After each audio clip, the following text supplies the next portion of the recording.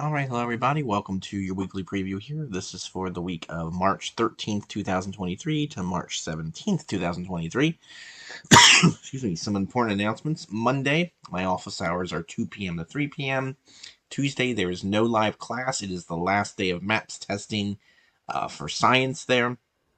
And then Friday, my office hours again, 2:30 p.m. to 3:30 p.m.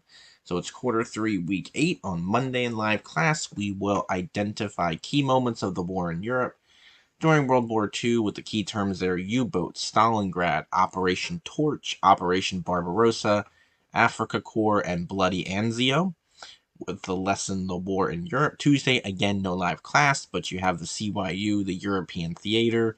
Wednesday, we will discuss key elements of fighting the war in the Pacific with the key terms Doolittle's Raid, Island Hopping, Midway, Battle of the Coral Sea, and Guadalcanal, with the lesson The War in the Pacific.